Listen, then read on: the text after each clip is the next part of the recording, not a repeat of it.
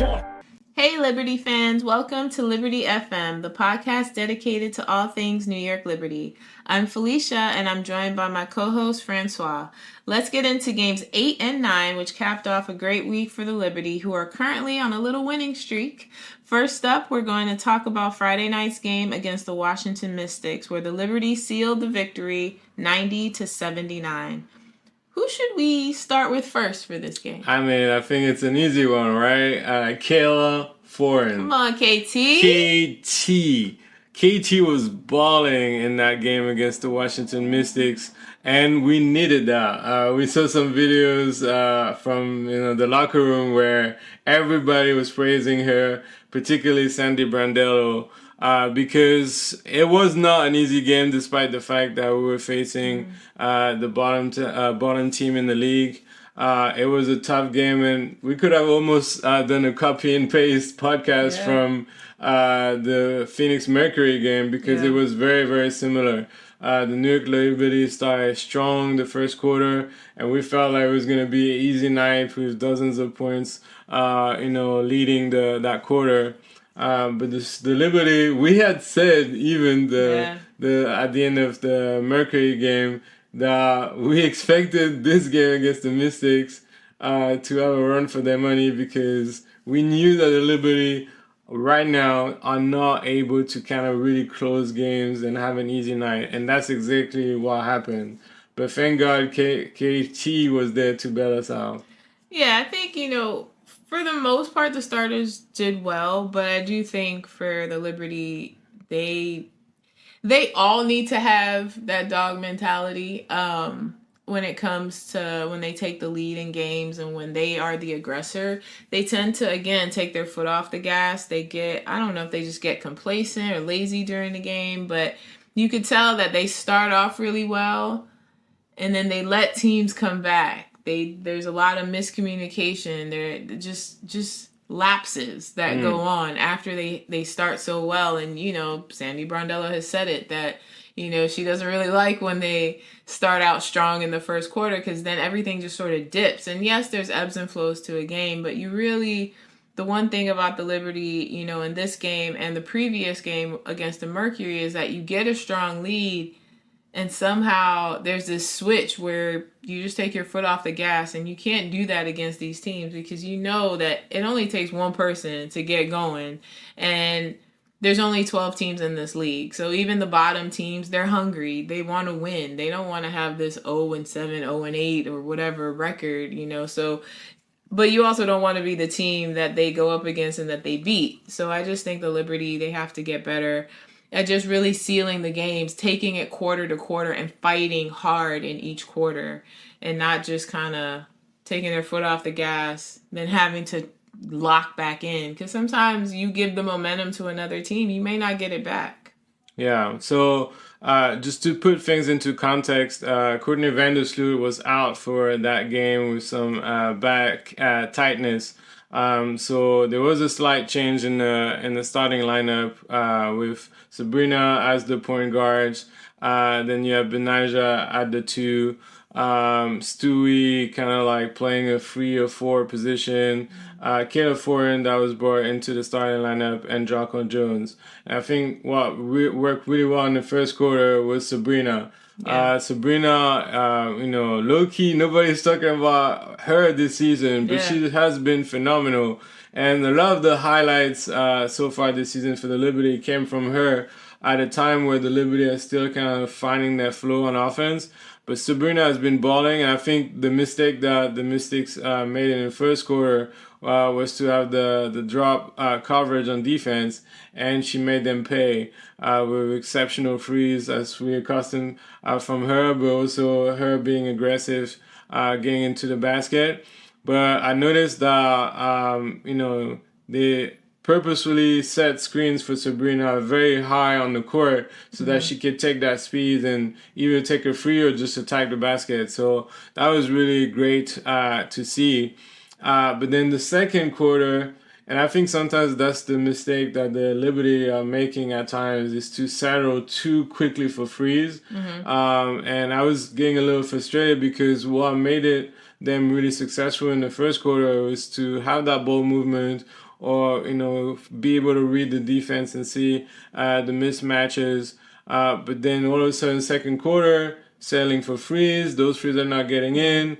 Shakira Austin was doing a pretty good job on Brianna Stewart, and Stewie didn't have a good shooting night, even though our numbers overall was pretty good, but the shooting night was not so good. And once again, we saw some miscommunication on defense, specifically with pick and roll, where the guards, especially the Belgian player Van Loo and then Melbourne, just kept attacking the basket, and there was really nobody in the paint to stop them. You look at the stats: 40 points to 26 for the Mystics in the paint, and it was mostly the guard, I would say. Yeah, this is not gonna get you far, if you start to have these lapses, because obviously teams adjust. You had a great first quarter. For Washington, they're gonna make the adjustment. They make the adjustments, and it's almost like the Liberty don't make their own adjustments. They're not ready for the adjustments. And then, there's these lapses, and then you have miscommunication and just turnovers, and it just kind of spirals for them a little bit, but it allows the other team to get back into the game. And, that's what happened with Washington by the half. For the second quarter, they won that quarter on the Liberty 28-17. So, they cut very deep into that lead, but I think the Liberty only led by 4 at that point. And, for the Liberty, it is just having that attack mindset, being the aggressor. And they know that. It's just putting it together for each quarter, not just the first, and then having to scramble in the second or third quarter, and then you get it together in the fourth. Because you can't do that against other teams. These are the games they should win. But, these teams are going to, as the season rolls on, these teams are going to get wins. Certain things are going to click for them. You got to stay connected. You got to play together all 4 quarters. You can't let things slip. Yes, there's the ebbs and flow of a game. Scores are going to kind of go up and down. But once you got this team, you got to just take them by the throat. You can't. This is a do or die league, and every game matters. And so I think the Liberty just have to really stay poised and stay focused and not continue to have these lapses. I think as the season goes on, they'll learn that and they'll grow in that, especially with their bench. I think with the addition, with KT coming in, for Sloot, that was just a fantastic addition right there. Just inserting her into the lineup. We've always talked about, how the Liberty need a dog on their team. Yeah. And I do think they found it in KT. I think by having her play, this was a phenomenal game for her, one of her best games in her career.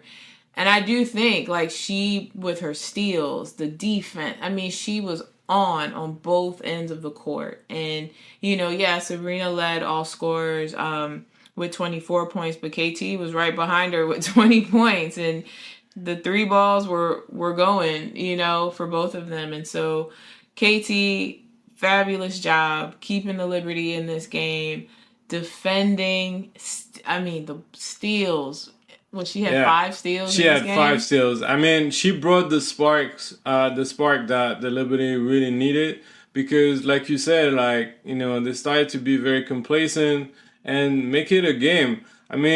We know that the Mystics are not necessarily an easy team to beat, because they only lost 1 game by double digit. All the other games were fairly close. So even though they're 0-7, 0-8, I can't remember exactly, but basically they haven't won a game this season. They made it a game every single time, and that was the case in the third quarter. I was really worried, because how did we get there by being so close? And at some point they took the lead by 1 or 2 points. And Sabrina was starting to be a little casual. She got 1 turnover where she didn't cross half court quick enough, and had an 8-second violation. And then 2-3 where she just lost the ball in a silly way. So I felt like you said, Kayla Thornton, by being a dog on the court, that woke everybody up. And she has she's so quick, on the steal, where whoever she's guarding, the point guard will pass the ball to that guard, and then just when you least expect her, she just comes out and just steals the ball and just goes straight to the basket. Yeah. And you saw her energy, like she was riling the crowd up and the teammates. And I think that was definitely the turning point. And another thing that was also a turning point, I kept hearing you throughout the whole game asking for it, was to feed JJ in the paint. Yeah, and I don't know why it took them so long to realize, like, oh, maybe we should do that because we're going to dominate the paint. They wait so long. Like, even in the Phoenix game, they did the same thing. It was like, it clicked to everybody, like, in the second half, like, oh, we should feed JJ. You think? Like, I mean, it's just...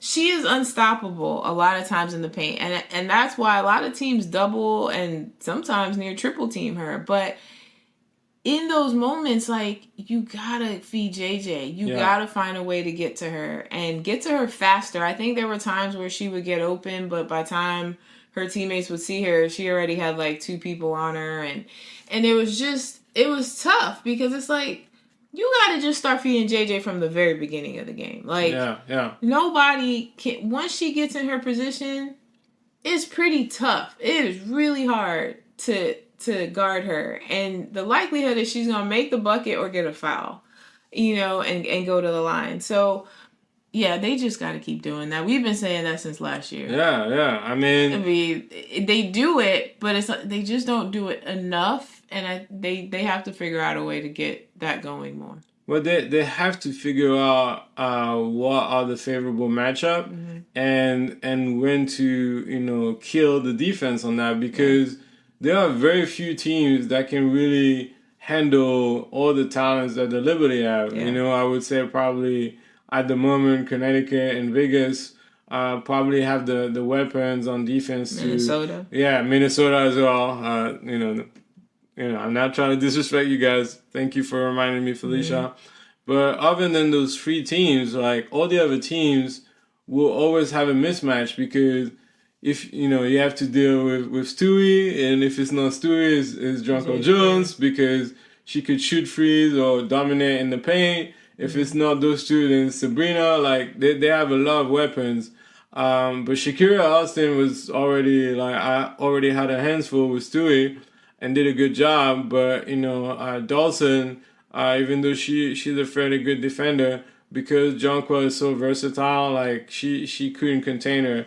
And I was really happy that finally they decided to do that. And then once like Jonquel and then KT got things going, I felt like they kind of took that game back into their hands and were able to control the game. Yeah. You had Jonquel and KT that started like making threes towards the end of the fourth quarter that pretty much sealed the deal.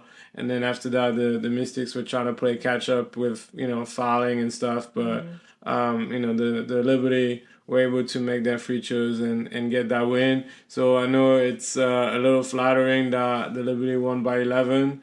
But in the end, they were the better team and were able to find the favorable matchup when they needed to the most. Yeah, and let's not also forget Marquisha Davis. Yes. Got some minutes and got her first points, in the W. And so... What did you make of, like, the few minutes she played? Like, I felt like... She is quick. Yeah. I think Sandy needs to play her more. Definitely. Like, she needs more minutes. Like, if you're going to get people off the bench, you got to give Marquisha Davis a chance, because she is quick. And when she has the ball in her hands... she takes off. Like, the 2 times, where she got the possession, she took off and the defender couldn't catch up with her. They fouled her. And so, and then defensively, she was quick, staying on her assignment. So I just think she needs more time. It's just like all the other bench players, they need time. Yeah. And they need minutes on the court in order to get into the rhythm, to get to know the team and really know the flow of the game and just learning Sandy's way or the Liberty way of playing this game. And so, it was just great to see her, on the court and just getting her first bucket. So that was cool. Yeah, I mean, because she offers a profile that we don't really have in the Liberty team, that this very athletic guard that is quick, to get to the basket. She has a nice little mid-range shot as well, and is good on defense. And you could utilize her with either Sabrina on the court or with Sloot, because obviously you cannot have Sloot, Sabrina, and then Marquisha. So I feel like she offers a good option, but in this game, even though she had a few more minutes, you felt like Sandy sort of reverted back to her old ways of trusting starting lineup much more and not really giving any minutes for the bench. Because, you look at the starters, KT had 34 minutes, Betnijah 32, Stewie 36, Jonquel 34 minutes, and Sabrina 35. That's pretty much like the whole game. But that also comes with the fact that the Liberty let the Mystics come back into this game. Yeah. So the more you allow your opponent to get back and gain some momentum, especially for the fact that was it the third quarter that they took the lead? Yeah. By a point or two. Once you do that, Sandy's not gonna. I wouldn't sit my starters either at that point. It's kind of, you got to get this win. So you can't mess around with the bench too much because, you got to keep your starters in to take this game home. And yes, they got the W, but a lot of that is the fact that the second and the third quarter, they lost. They lost to Washington. And so it's important to keep them in there to fight and to keep going and to get this win. And so that was important. They should have played. I wish they played the bench more, but they just couldn't because you had these lapses which allowed the Mystics to come back. Yeah, but we got the win. Sometimes you cannot always win, in a beautiful way. It was an ugly win, but we got the win, which was much needed after, a tough, previous week with a couple of losses. So now let's move on to today's game as we record the podcast Sunday right after the Indiana Fever game at home for the Liberty. Obviously, always a much anticipated game with Caitlin Clark, Aaliyah Boston, and Alyssa Smith. Back in New York for the third, it's the third time that the Liberty play already the Fever. Let's also, say that, the Fever have a crazy schedule just as much as the Liberty, if not worse.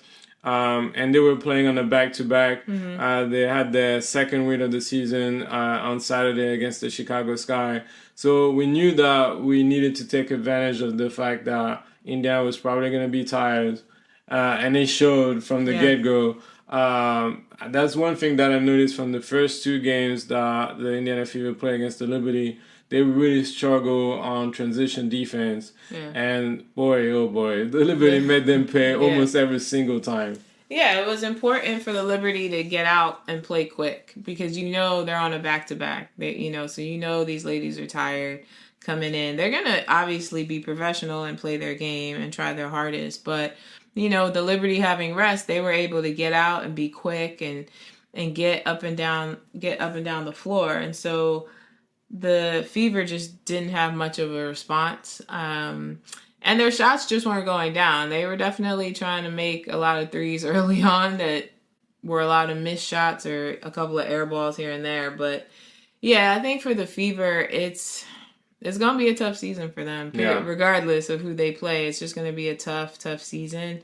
And that's just kind of going to be how it goes. And, until they find a rhythm with each other, teams are just going to pick them apart. The Liberty picked them apart today. Yeah. And, it was a great win for the Liberty, a real decisive win, winning by 36 points. So, say it again. They won by 36 points. Ooh, okay, I just wanted to make sure. So, just to see, but that also helps the Liberty because just to see the Liberty on the sidelines, just to see the starting five just relaxed, happy. You see them getting into it with Ellie and the Ellie wave and, just seeing that, it just kind of it just relaxes everyone. It takes that pressure off, because I think the previous game, obviously they had to stay locked in all the way through because at any point Washington could come back because you sort of allowed them to come back. But in this game, they had control from the get-go. They had some lapses here and there, but definitely much better performance than the previous game. So, and Kaylin Clark was only held to 3 points today. That was the lowest thus far in her young W career. But yeah, it's going to be tough for the Indiana Fever, just going up against some of these top teams. Yeah, I mean, the Liberty was definitely much better on defense tonight, and good defense leads to better offense. And when the Liberty play fast, they're very deadly and very enjoyable to watch. Yeah. And I felt like, unlike the game against the Mystics, they did a much better job on the pick and roll defense. Mm-hmm. You saw, for example, like Betnijah was quick to recover from screens, and Jonquel kind of helping and going back to assignments really quick. And they made the life of Caitlin Clark very hard, regardless of the fatigue and the back-to-back game. They did the job, and you also got to give credit to the New York Liberty's defense. I was also very interested to see how they were going to play against Kelsey Mitchell. Kelsey Mitchell got things going, especially in the second quarter. I was once again afraid. I was like, oh, the Liberty gonna blow their lead again.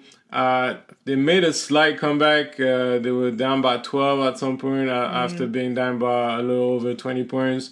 But Sabrina, that was definitely something that she mentioned, that she wants, the Liberty. That was definitely an area of focus for the Liberty to, be more focused in the second quarter and be more consistent in their efforts. And I feel like they did that. I mean, it's always hard to be like locked in for the whole 40 minutes. But I felt like, they were able to rectify, because after coming back to, down by 12, I think the Liberty had like a 24 run, which, quickly like squashed any worry that we could have had in this game.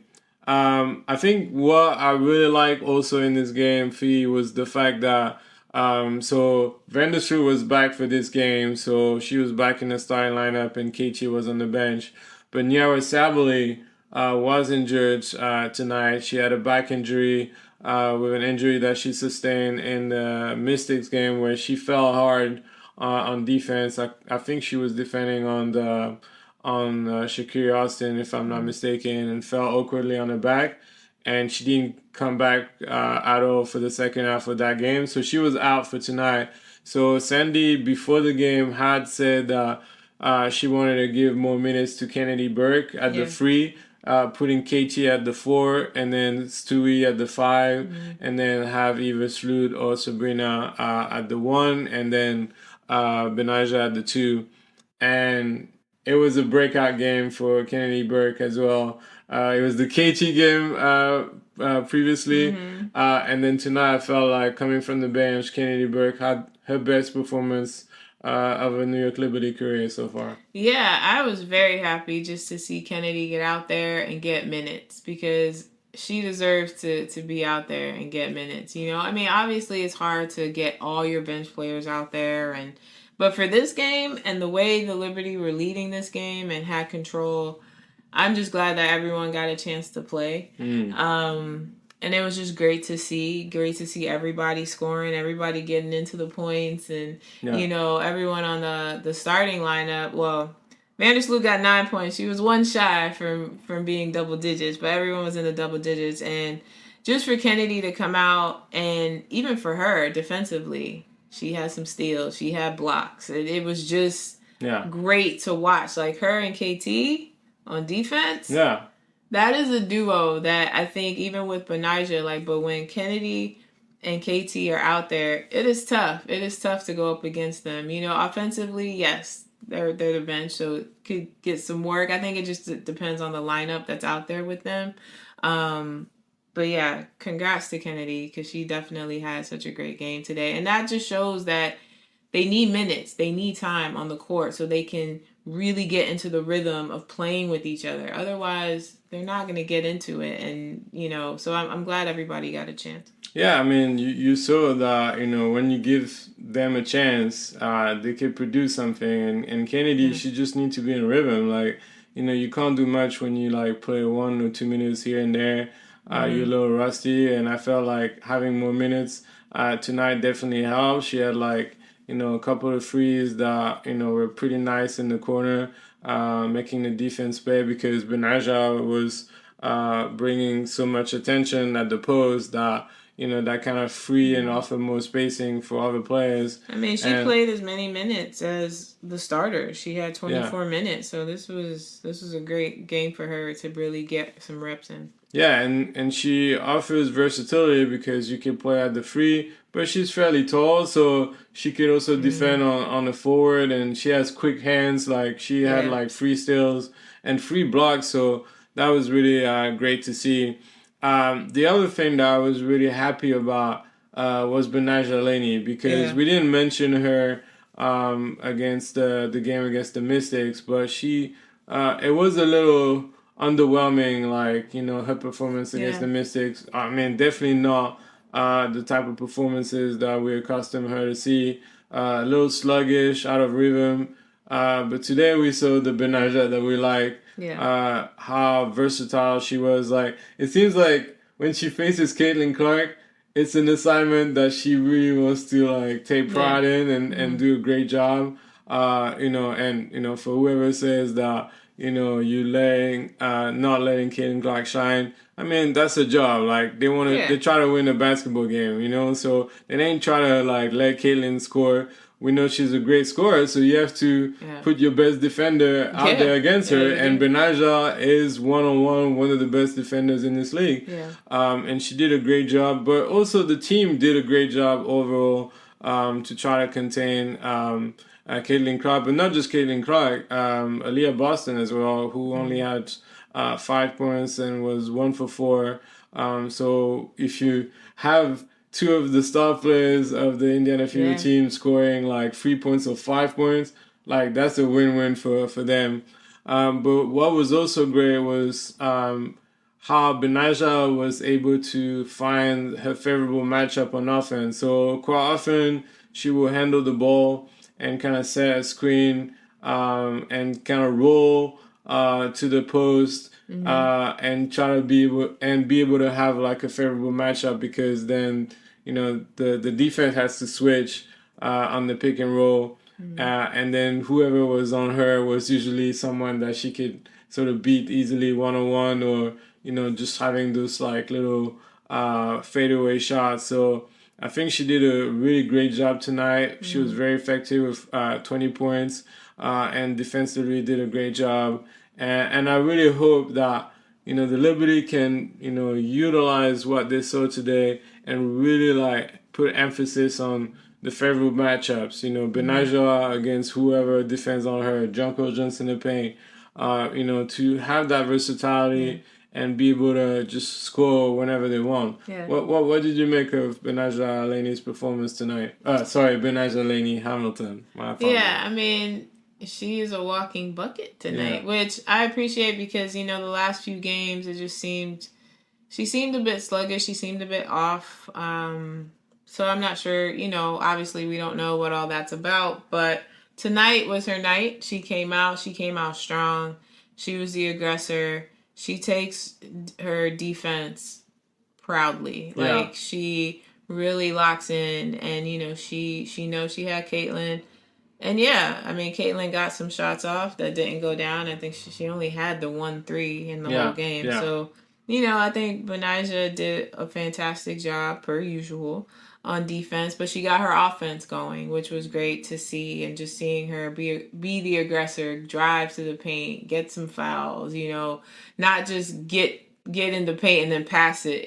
She's been doing that the last couple of games, and it was like, no, just go to the basket. You were strong. Like she was more decisive today. Yeah, she was definitely more decisive. No hesitation, no pump fake that leads to a turnover, like a travel or a foot on the line. Like she just played like a simple game using her strength and her versatility and her technique. She didn't do too much. She didn't go crazy with the ball or anything. She just did what she needed to do, let the game come to her. And she had a great night. And I think that was just fantastic for her. And I think, it's not easy, obviously taking on all the hype around, Caitlin Clark, and, obviously the arena was packed, it was full, and there were a lot of Caitlin Clark fans, there were a lot of Indiana fans that were in the stands, and so, for her, it's just staying locked in, and she did that both defensively and offensively, so cheers to you, Betnijah Laney-Hamilton. Great job. Yeah. Now, I mean, obviously it's a New York Liberty podcast, but we're going to have to talk at some point about the Indiana Fever team, because it's just something that is just like missing with this team.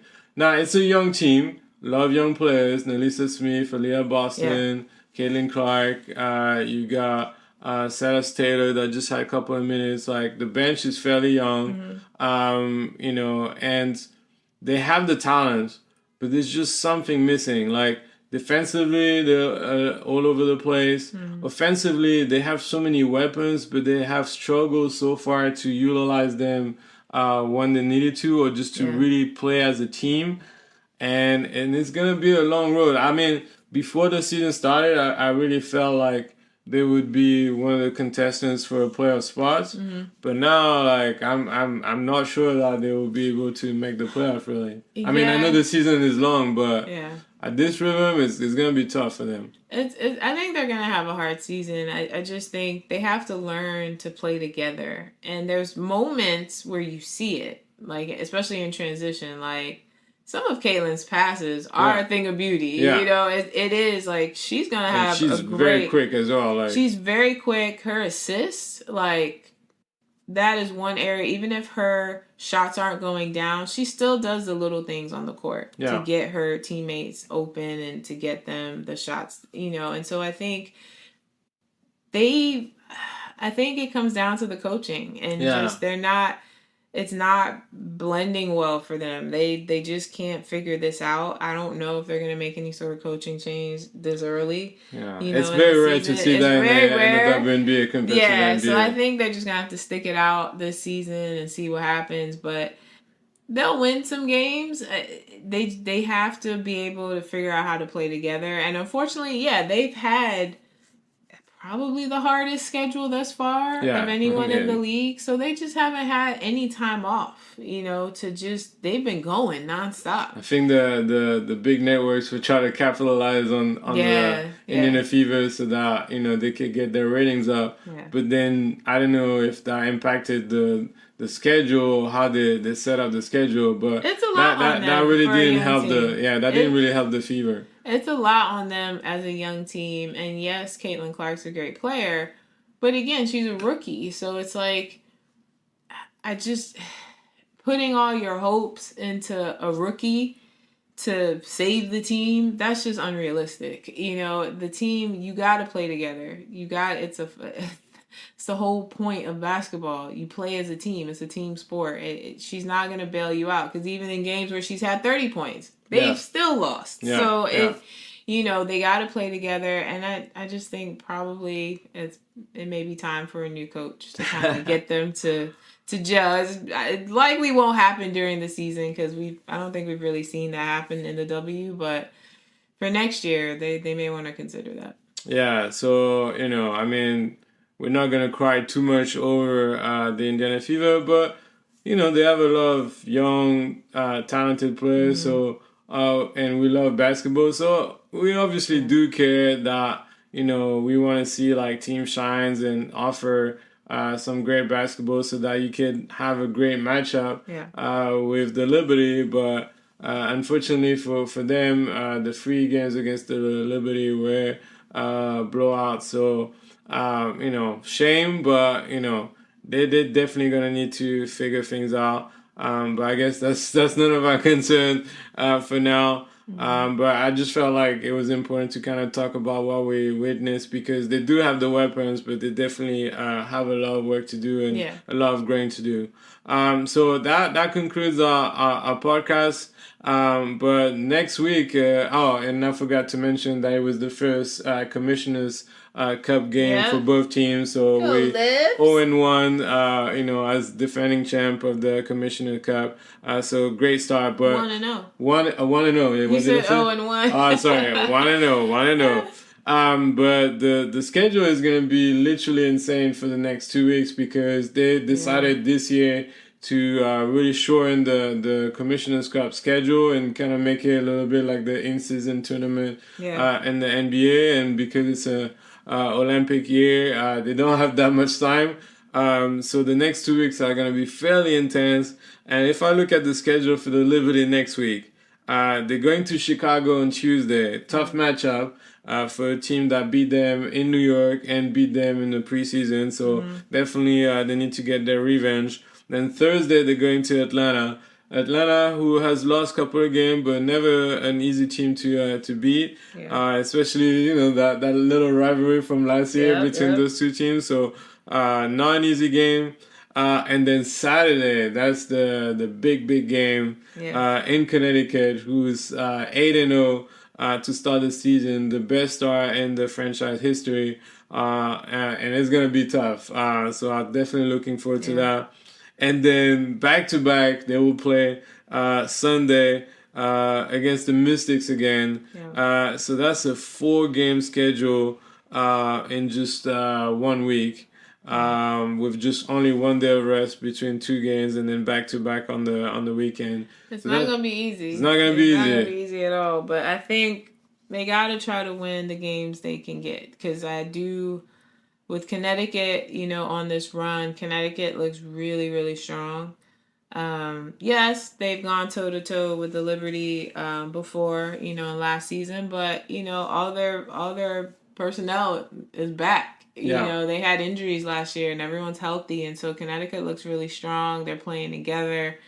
They're taking it to a lot of teams. So, it's going to be a tough matchup, but I think the Liberty can definitely hang in there with them and hopefully get this win. But yeah, against Chicago, they need to get some revenge. Yeah, we need to get that win. Against Chicago, they need to get this win. We need to stop being nice to Teaspoon, right? Yeah, Chicago,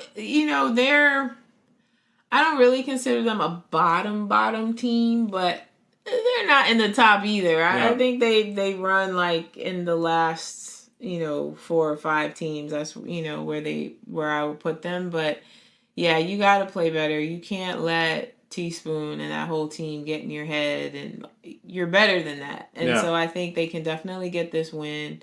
And I hope they get this win so that it gets them continuing this momentum. Yeah. So that hopefully when they meet, Connecticut this weekend, and also even the Mystics, going on a back-to-back, that's tough, and it's not easy, but hopefully they can definitely get these wins this week. All right. Well, we'll cover the Chicago game on Tuesday and all those crazy games happening this week. But thank you so much for listening to our podcast and for your support. We're really grateful that you decided to take some time of your day to listen to us. Thank you. And as we always say, Felicia, let's go Liberty!